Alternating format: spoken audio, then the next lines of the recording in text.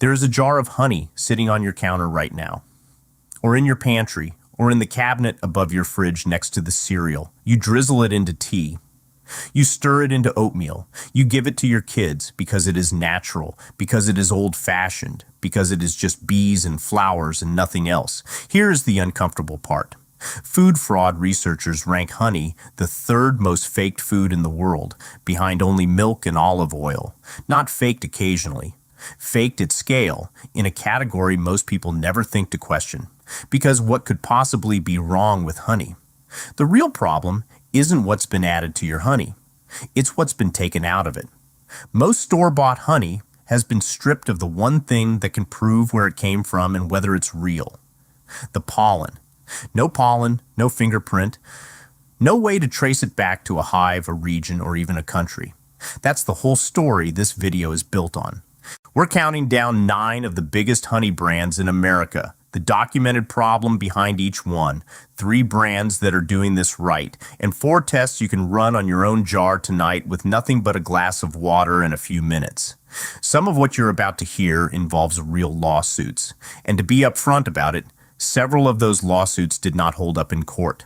We're going to tell you that too, every single time it applies, because the goal here isn't to scare you off, honey. It's to show you what's confirmed, what's still just an allegation, and what the actual tested science says is happening to most of the honey sitting on a grocery shelf right now. Let's start with the worst one first. Number 1. Great value, Walmart's house brand. You've seen the jar, organic, raw. 2 words printed right on the front, sitting in the budget aisle, priced low enough that buying organic and raw honey feels like a genuinely smart move for a family watching a budget. In October 2023, a federal class action lawsuit was filed in the Northern District of Illinois against Walmart. The complaint alleged that Great Value organic raw honey had a mannose concentration 3 times higher than the international reference standard, and that the honey wasn't truly raw or organic at all. Mannose showing up that high was presented as the fingerprint of something added that shouldn't have been there. Here's the part a lot of coverage of this story leaves out, and it matters. Walmart won.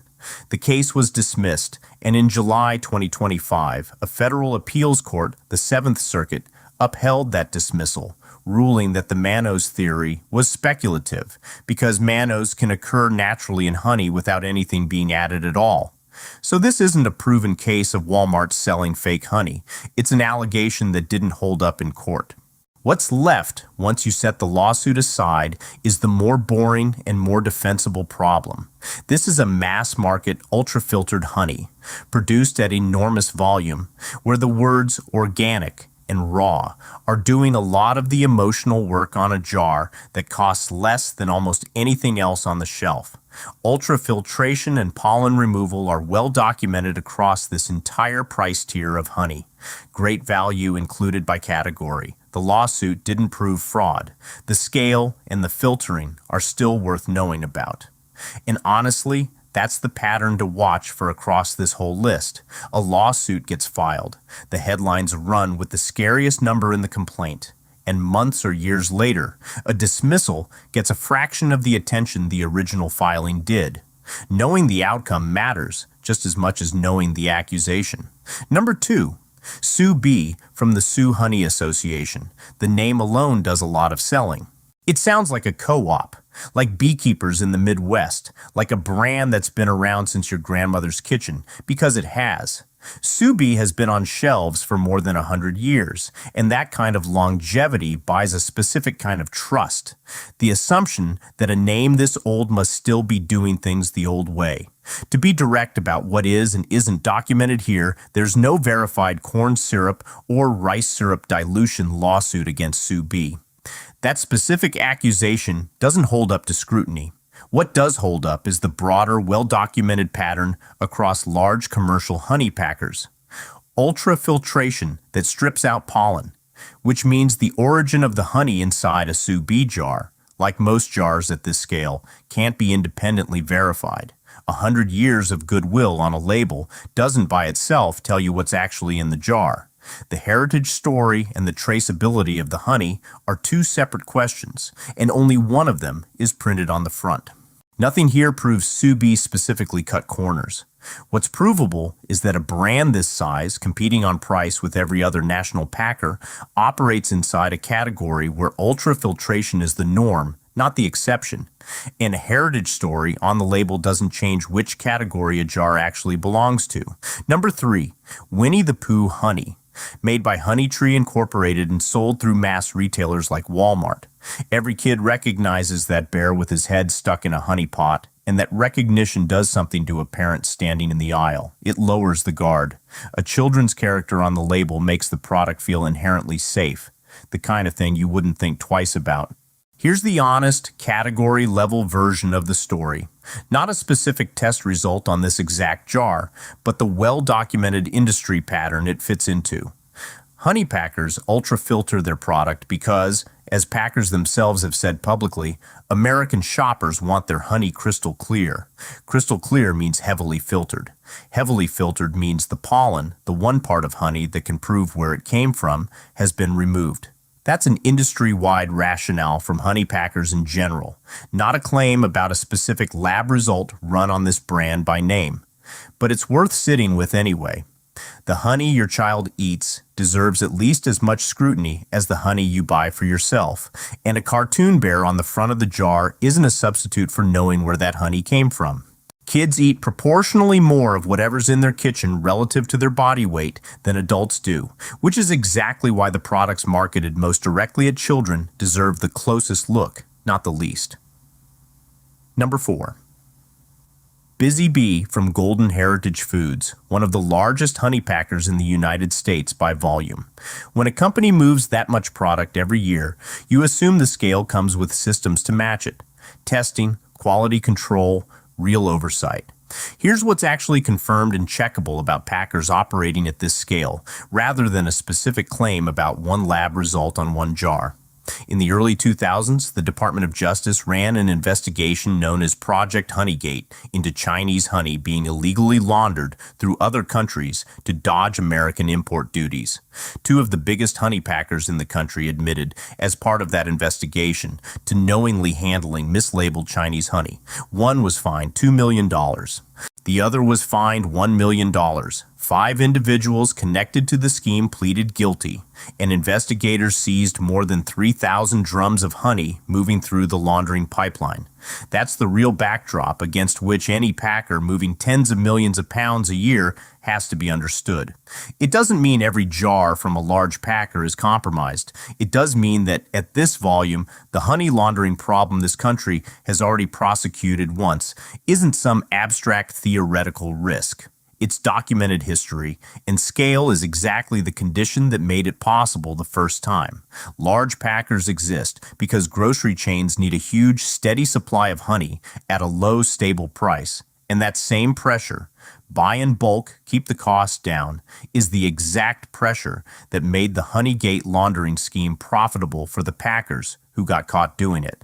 Number 5. Nature Nate's, the honey that sits in the natural foods aisle, not the bargain shelf.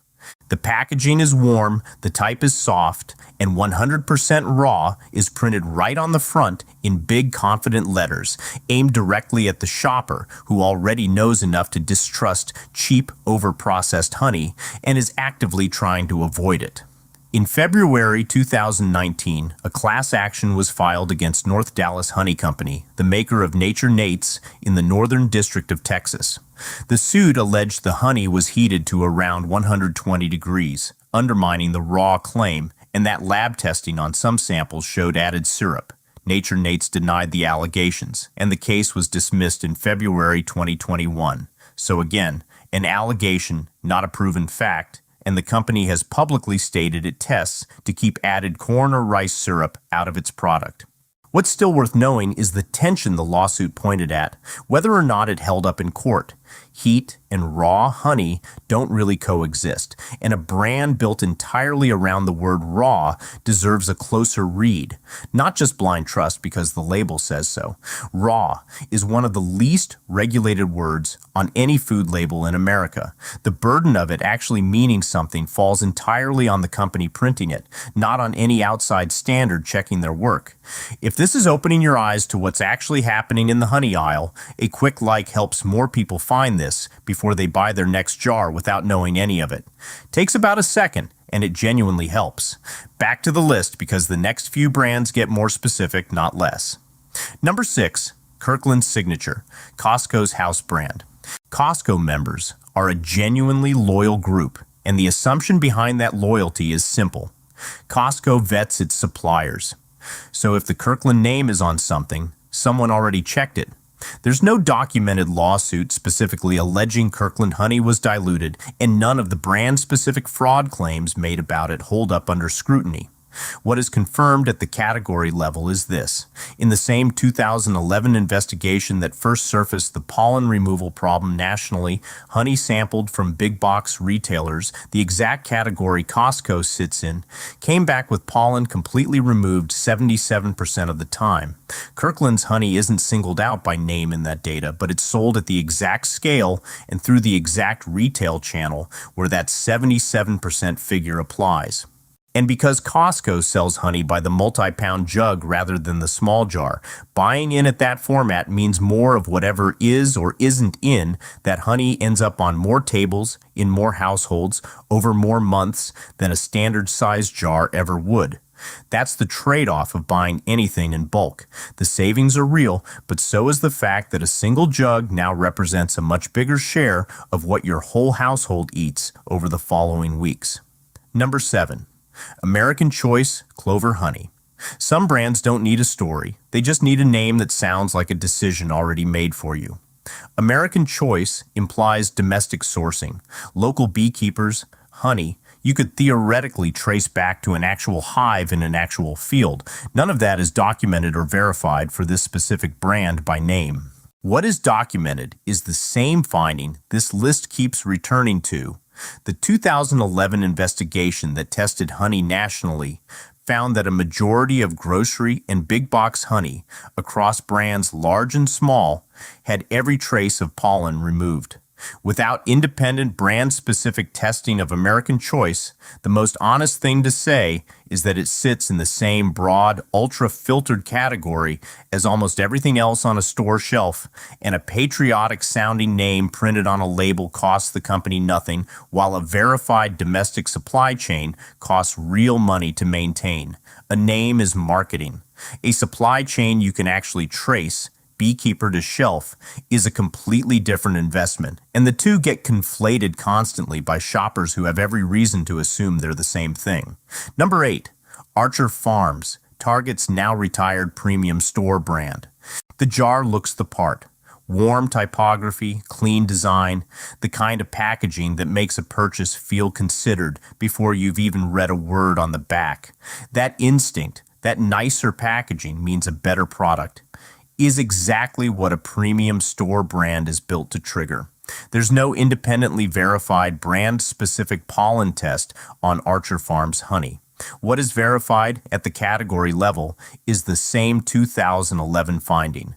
Honey sold through big box and premium retail channels, the exact tier Archer Farms occupied, tested at 77% pollen removed.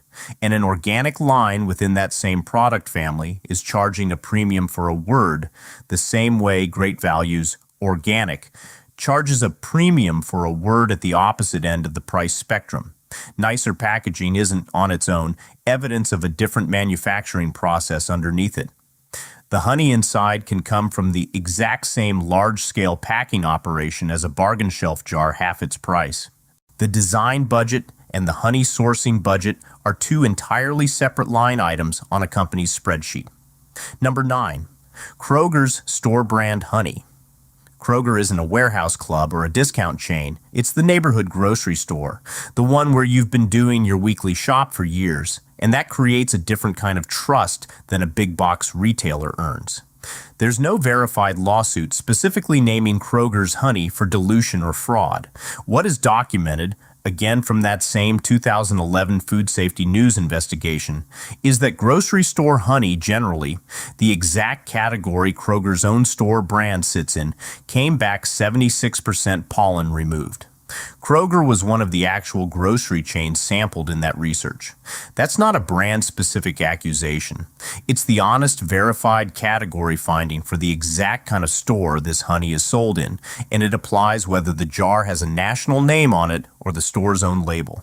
Neighborhood trust gets earned over years of good produce and friendly checkout lines. It doesn't automatically extend to a bottling process happening somewhere off-site, at a plant the store itself likely never sets foot in, so that's the 9. Before the tests and the 3 brands actually getting this right, it's worth slowing down for a second and looking at where these numbers actually came from, because the scale of this problem is bigger than any single brand on that list. In November 2011, Food Safety News published an investigation built around lab work from Vaughn Bryant, a palynologist, a pollen scientist at Texas A&M.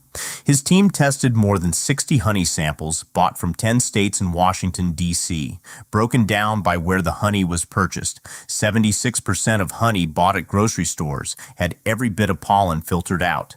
At big box stores like Costco, Sam's Club, Walmart, Target, and H-E-B, that number rose to 77%. Drugstores like Walgreens, Rite Aid, and CVS came back at 100%. Every single sample with the pollen completely removed. Individual serve packets, the kind you get from Smucker's or a fast food counter, also came back at 100%. And honey bought at farmers markets, co-ops, and natural food stores came back at 0% pollen removed. Every sample tested still had its pollen intact. Here's what ultrafiltration actually is, mechanically. The honey is heated, sometimes thinned with water, then forced under high pressure through filters fine enough to strip out pollen grains, along with any other visible particles. Packers do this partly because filtered honey looks clearer and pours easier off a shelf. But pollen isn't just a cosmetic impurity. It's the one reliable fingerprint that ties a jar of honey to the region and the flowers it actually came from.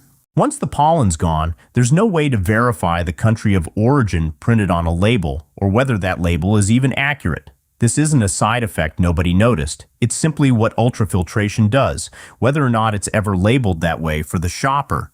This isn't just an American problem either. In 2023, an EU-wide investigation called From the Hives tested imported honey entering the European Union and found that nearly half, 46%, was suspected of adulteration.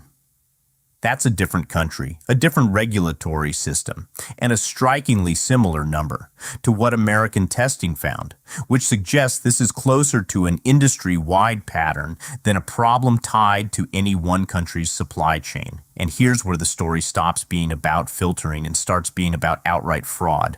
In the early 2000s, the Department of Justice ran an investigation called Project Honeygate into Chinese honey being illegally routed through other countries to avoid U.S. anti-dumping duties, sometimes called honey laundering. Executives at one company were charged with evading roughly $80 million in duties. In a separate but related case, 2 of America's biggest honey packers, Honey Holding and Grobe Farms, along with several brokers, were charged with evading roughly $180 million combined. Both companies signed deferred prosecution agreements and admitted to knowingly handling mislabeled Chinese honey. Grobe Farms was fined $2 million. Honey Holding was fined $1 million. 5 individuals pleaded guilty, and investigators seized more than 3,000 drums of honey moving through the laundering pipeline.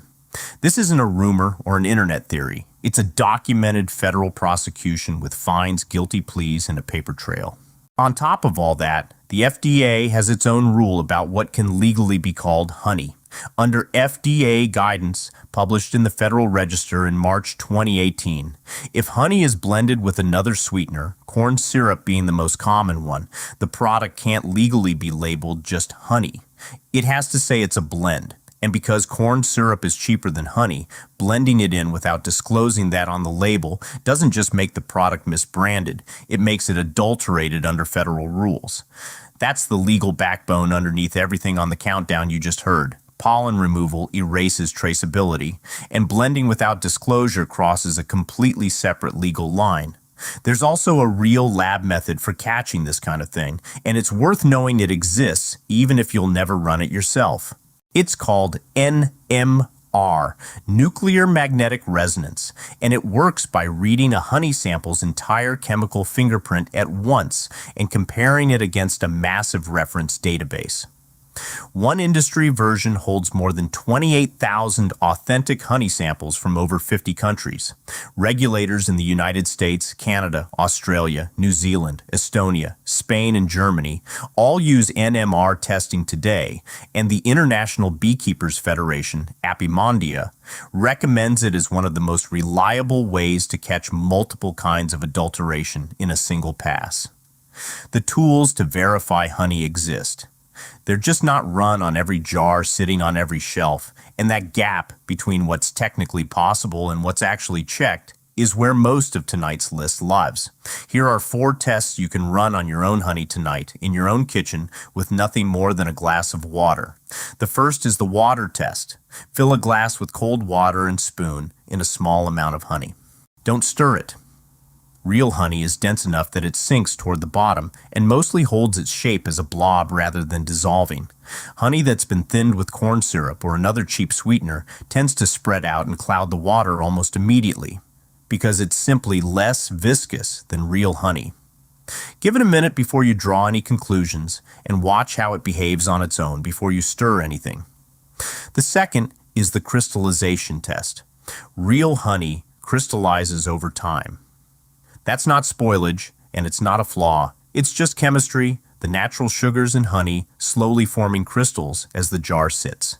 If a jar's been sitting on your shelf for months and it's still perfectly smooth, perfectly clear, and pours like syrup with no graininess at all, that's worth noticing. Heavily processed or diluted honey resists crystallizing the way real honey does. A jar that never changes texture over months is behaving differently than raw honey typically behaves. The third is the label test. Flip the jar over and look for a country of origin. If there isn't one listed at all, that's often a sign the pollen that would let anyone verify where the honey came from was removed somewhere along the way, and the company either doesn't know or isn't saying. Also watch for the words blended, ultra-filtered, or heated printed anywhere on the label. Those aren't neutral descriptions of a manufacturing process. They're closer to disclosures, the company telling you, in small print, what it did to the honey before it reached the shelf. The fourth is the price test. Keeping bees, extracting honey, and getting it tested and bottled is genuinely expensive work.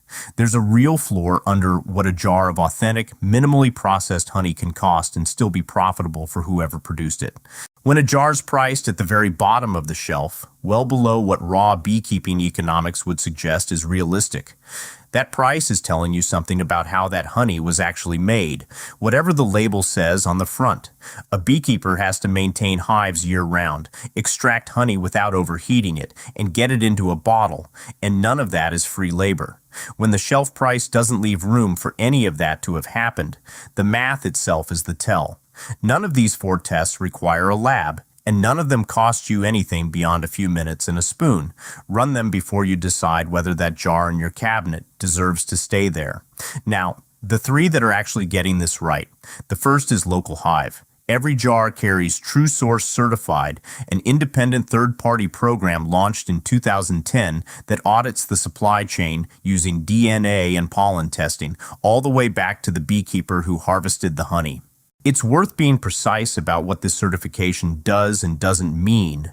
It's a traceability program, not an ironclad purity guarantee. And it's not the only certification that exists, but it is a real external audit. not something the company simply awards itself.